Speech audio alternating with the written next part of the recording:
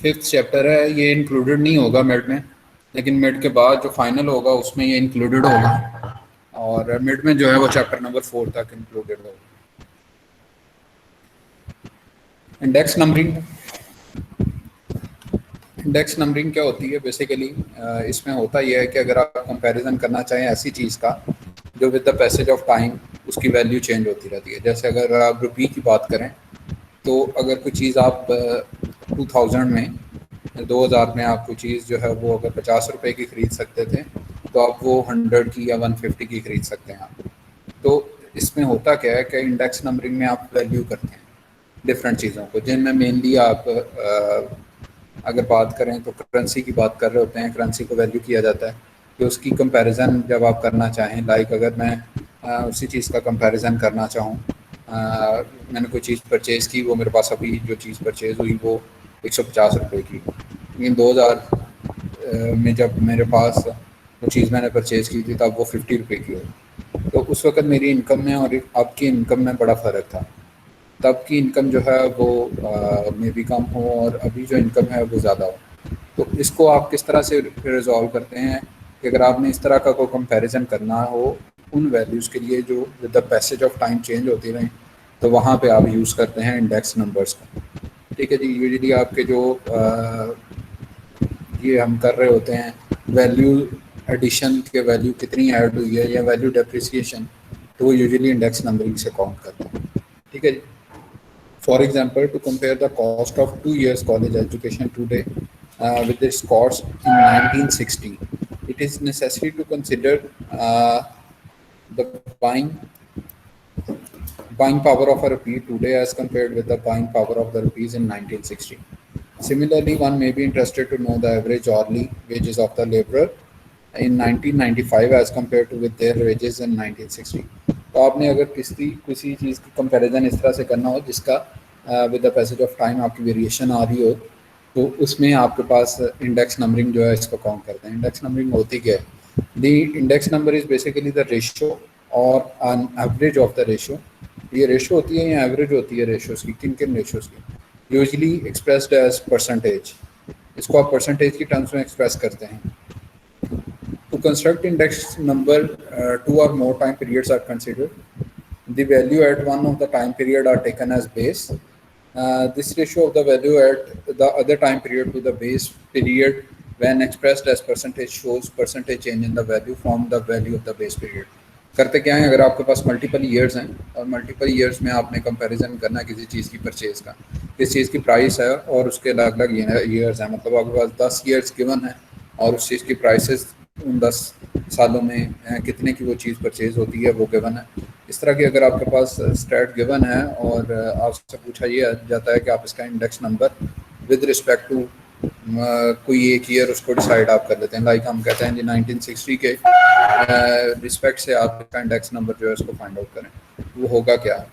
उसमें हर एक साल के लिए आपके पास इंडेक्स नंबर्स डिफरेंट आएंगे और वो निकलेंगे कैसे? प्राइस इन करंट ईयर, जो भी आपका ईयर होगा, अगर 1960 है, 1950 है, 1940 है, इस तरह से 1970 है, 80 है और 90 है, ये 6 साल हैं आपके लिए आपके पास। तो आपने बेस प्राइस रखी 1960 वाली जो प्राइस थी, 1960 के अंदर जो उस चीज़ की प्राइस थी उसको आपने बेस रखा और बाकियों को क्या करेंगे, आप उसकी रिस्पेक्ट से कंपैरिजन करेंगे और रेशियोज निकालेंगे। जब आप रेशियोज निकाल लेते हैं तो उसके बाद आपने करना क्या होता है? रेशियो निकालने के बाद आपने इसको मल्टीप्लाई करना होता है 100 के साथ। जब आप 100 के साथ इसको मल्टीप्लाई करते हैं तो आपके पास ये परसेंटेज रेशियो आ जाती है जिसको इंडेक्स नंबर कहते हैं।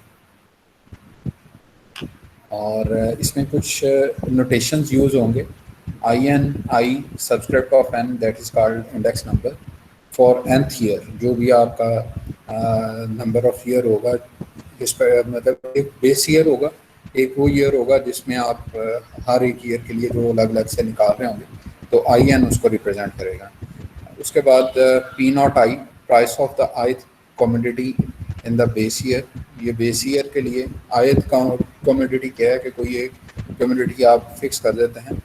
जैसे अगर हम बात करें कि जी कॉलेज की फ़ीस है तो कमोडिटी आपकी कॉलेज फ़ीस होगी। कंपैरिजन में आपके पास जो है वो किसी और चीज़ की प्राइस है, लाइक अगर आपके पास शुगर की प्राइस है तो वो अलग कमोडिटी होगी। सेम इस तरह से और डिफरेंट चीज़ें आप इंट्रोड्यूस करवा सकते हैं। ये price of ith commodity in the base year, और स्मॉल क्यू नॉट आई जो है ये आपके पास होता है quantity of the ith commodity in the base year. इसके अलावा आपको P naught N price of the ith commodity in the current year. ठीक है, तो पी नॉट एन और पी नॉट आई ये दो बेसिकली अलग चीज़ें हैं। पी नॉट आई के लिए आपको आपके पास क्या होगा जी, बेस ईयर होगा, और इसमें आपके पास जो आपका nth ईयर यानी जो करंट ईयर जिसमें आप कंसिडरेशन लेके आ रहे होंगे वो ईयर होगा आपके पास। इसके अलावा क्यू नॉट एन जो है quantity of the commodity in the current year, और एक आपके पास पी नॉट एन यूज होगा price index number for current year. P naught one means index number for the year next to the base year and so on. Base year से अगले वाले के लिए पी नॉट वन होगा, और आगे चलते जाएंगे। पी नॉट टू का मतलब ये है कि बेस ईयर से सेकंड वाला, थ्री का मतलब ये है, इस तरह से चलता है। Capital Q naught I is basically quantity index number for current year, and Q naught I means quantity index number for the year next to the base year, and so on. IN is also used to denote index number for current year. In the literature, the index number of the base year is always taken as 100. इसकी reason क्या है जी, ये 100 क्यों लिया जाता है index number आपका base year के लिहाज से? क्योंकि आपके पास होता क्या है, price in the current year divided by price in the base year. तो अगर आपके नोमिनेटर में भी प्राइसिंग बेस ईयर होगा तो ये दोनों आपस में कैंसिल आउट होकर 1 देंगे। 1 को 100 से मल्टीप्लाई करेंगे तो index number of the base year is basically 100। Example अगर इसके देखें तो the data given below is available about the price of the wheat for the year 1989 to 1994। 1989 से लेके 1994 तक व्हीट की जो प्राइस है वो गिवन है, और इसमें हमने करना क्या है, the interest is to compare the price of the wheat in this year taking 1989 as the base year.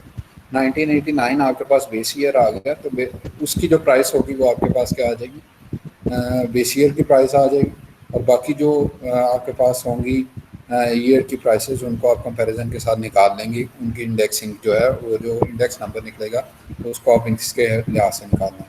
जैसे हमारे पास ये लिस्ट की गई है, 1989 में 85 है, 90 में 96 है, 91 में 112 है, 92 में 124 है, 93 में 130 है, और 94 में 160 है। ठीक है, the price index for each year is calculated by the ratio, and the ratio is basically described as price in the current year divided by price in the base year, and we have 1989 as a base year। तो आपके पास price in current year आ गई, price in 1989 आ गई, और multiply करेंगे आप 100 के साथ तो आपके पास हर एक ईयर का जो प्राइस इंडेक्स है वो आपके पास आ जाएगा। फर्स्ट ईयर जो चूँकि आपका बेस ईयर है 1989 जो है तो वो 100 आ गया आपके पास। इसके बाद आपने जब कंपैरिजन किया 96 divided by 85 multiplied by 100 that is basically equal to 112.94 and so on आप निकालते जाएंगे 188.24 आता है 1994 के लिए। ये प्राइस इंडेक्सिंग है किस चीज़ की, आपके पास इंडेक्स नंबर के थ्रू आपने प्राइस इंडेक्सिंग निकाली है हर ईयर के लिए डिफरेंट विद रिस्पेक्ट टू 1989। यहाँ तक अगर किसी को किसी चीज़ की समझ नहीं लगी तो आप पूछ लें।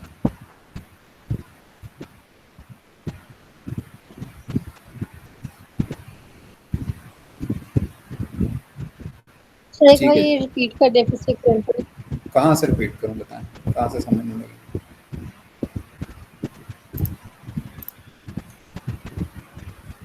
ये बताएं सर कहाँ। हमने 91 वाला करना है ईयर को, इसका बेस पे हम लोग क्या करेंगे 99 राइट 9। दोबारा पूछें सवाल, समझ नहीं लगी मुझे। फिर फ्रेंड्स ये हम लोगों ने 91 रखा है तो हम ठीक है, बेस ईयर फिर 89 लेंगे या फिर 90? अगर बेस ईयर आपके पास इंडिकेटेड है क्वेश्चन में 91 तो आप 91 को बेस ईयर लेंगे, फिर 89 को बेस ईयर नहीं लेंगे। फिर 112 जो है आपकी प्राइस वो आपके पास क्या आएगी, वो बेस ईयर आएगी, यानी डिवाइडेड बाय 112 से होगा हर दफ़ा। 85 डिवाइडेड बाय 112 मल्टीप्लाइड बाय 100 इस साल का इंडेक्सिंग निकलेगी। 96 डिवाइडेड बाय 112 मल्टीप्लाइड बाय 100 90 जो 1990 है इसकी इंडेक्सिंग निकलेगी। 91 की 112 डिवाइडेड बाय 112 मल्टीप्लाइड बाय 100। 92 के लिए 124 डिवाइडेड बाय 112 और सो ऑन चलता जाए। ठीक है, क्लियर सर है मतलब आपको? बेस से पिछला ईयर कर लेंगे, कोई भी अगर वैल्यू है अगर, तो उससे जो, इससे एक पिछला जो ईयर है उसको हम लोग बेस ईयर लेंगे। नहीं नहीं नहीं नहीं, बेस ईयर आपको पता होगा, क्वेश्चन में डिस्क्राइब किया होगा, जैसे इसमें लिखा हुआ है taking 1989 as the base year. तो अगर आपके यहाँ लिखा हो कि 1991 को बेस ईयर काउंट करें तो 1991 को काउंट करें, फिर 89 को काउंट नहीं करेंगे। ओके सर, सर बस यही कंफ्यूजन थी। टाइप्स ऑफ इंडेक्स नंबर की अगर बात करें तो दो तरह की इसकी टाइप्स हैं, सिंपल इंडेक्स नंबरिंग है और कंपोजिट और एग्रीगेट इंडेक्स नंबरिंग। सिंपल में आपके पास यूजुअली जो हमारे पास अभी हमने फार्मूला पढ़ा है जिसमें रेशो होती है, तो वो आपके पास सिंपल इंडेक्स नंबरिंग कहलाता है। इसको एक दफ़ा देख लेते हैं। An index number is called a simple index number when it measure a relative change in a single variable with respect to the base year. किसी एक सिंगल वेरिएबल की, जो अभी हमने इससे पिछली वाली एग्जांपल में पढ़ा है, वो एक ही वेरिएबल को काउंट करता है किसकी रिस्पेक्ट से, बेस ईयर की रिस्पेक्ट से, और मल्टीप्लाई करता है 100 के साथ, तो इसको आप कहते हैं simple index numbering. For example index numbers for wages of the labour, index number for wheat prices and index number for the volume of the commodity that is produced, purchased, sold, or consumed extra over the time. In the example 5.1 above is simple index numbering have been calculated। जो अभी हमने calculate की, किसी एक commodity को आप consider करते हुए एक बेस ईयर की वैल्यू को रखते हैं और उसके रिस्पेक्ट से आप अगर कैलकुलेट करें तो उसको आप सिंपल इंडेक्स नंबरिंग कहते हैं। Compare the daily wages of the unskilled laborer in Lahore over the time period of 1989 to 1993, where the following data is available from the Pakistan Economic Survey of 1993, taking 1988 as a base year। तो 88 से लेके 93 तक आपके पास जो wages थी, daily wages थी, उजरत जिसे हम कहते हैं, तो डेली वेजेस आपके पास इतनी थी, 46 थी ना 88 में, फिर 51, 58, 71, 71 और 86। ठीक है जी। The daily wages index high and for each year is the ratio basically. तो रेशो होगी किसकी, जो आपने बेस ईयर रखा है, बेस ईयर हमारे पास है 1988, तो 1988 की जो प्राइस है वो 46 है। अगर आपने पहले वाले की इंडेक्स निकालनी हो, wages index for the nth year, तो आप क्या निकाल सकते हैं पहले वाले की निकालने के लिए। 1988 में जो प्राइस है वो 46 है, 46 बाई 46 मल्टीप्लाई बाय 100, तो इस तरह से आपके पास क्या आ जाएंगे, वेजेस आ जाएंगे। ये वेजेस यहाँ से कैलकुलेट की 51 डिवाइडेड बाई 46 मल्टीप्लाइड बाय 100 करेंगे तो ये आ जाएगा, and so on. The wage index of 126.08 for 190 indicates that wages have been increased by 26.08% as compared to the base year, that is basically 1988. Similarly, the wages in 1993 have been increased by 86.96%. तो अगर हम बात करें 1992 की, 1992 की अगर बात करें तो हमारे पास क्या होगा, उस वक़्त कितनी इंक्रीज़ आएगी। रोल नंबर 17 बताएं, 17 रोल नंबर यस सर। बताएं कितने परसेंट इंक्रीज हुआ अगर 1992 की बात करें। सर एक्चुअली मुझे ये वेजेस वाला समझ में नहीं आया। क्यों नहीं समझ आया, सुन नहीं सर रही इसका हैं? मतलब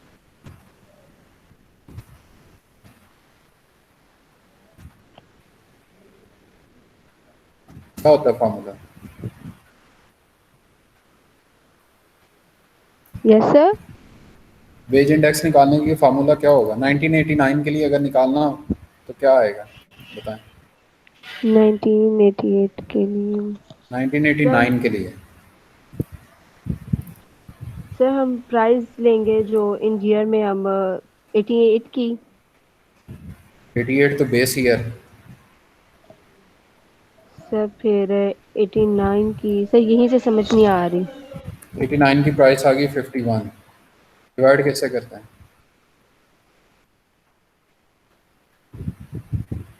हम इसे करेंगे बेस ईयर के साथ डिवाइड करेंगे। 1989 से 88 के साथ डिवाइड करते हैं, सही है। Okay.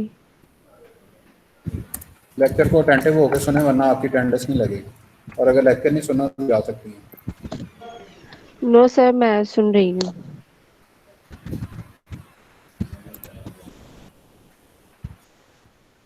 Roll number 14, 14 roll number. Yes sir. ऊंची बोलें काके थोड़ा। Yes sir. हाँ जी, बताएं क्या आएगी वैल्यू।